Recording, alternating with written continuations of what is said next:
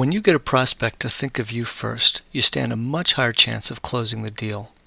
So how can you stay top of mind in a crowded market, in the face of fierce competition? Well, meet your fierce competitor, Bob. Bob tried wishing his company would grow, but that didn't work. And then he figured out how to steal your clients. Here's how. One day, Bob got to thinking. He knows that customers buy from people they like and trust. So when he meets new people, who does he find to be likable?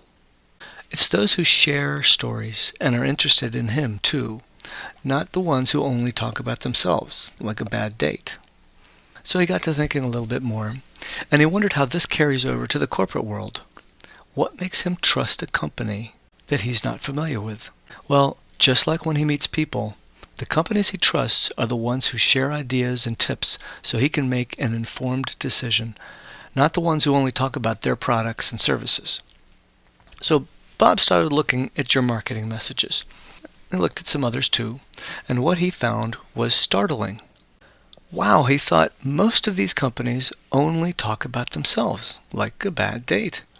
All he saw were words like our products, our services, our this, our that, look what you can do with our tool. Plus, these companies don't reach out to their customers regularly. And when they do, they're selling, not educating, not sharing. This makes it easy for Bob's company to sneak in under the radar. While most of his competitors talk about what they can do, Bob publishes productivity tricks, checklists, how-to articles, even videos. His articles and white papers and slide presentations talk to each stage of the buying cycle and address the different thoughts that every buyer or influencer has. Bob's clients love this information, but so do yours. And Bob knows that.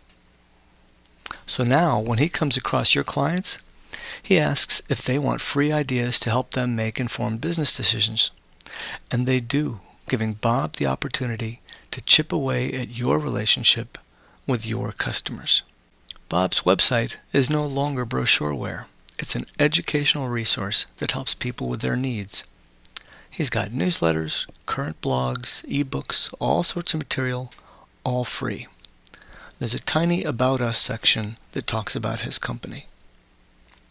Soon, Bob started getting calls and emails from a whole new group of people that found him on Google or saw someone's tweet about one of his articles. He's becoming the go-to source for his niche. Let's meet some real-life Bobs. Larry Waite of Chalk Creek Lodge in Belize doesn't write about why you should stay at his lodge. Instead, he only writes about Belize tourism. They canceled their print ads because they now get 80% of all new business from their content marketing efforts.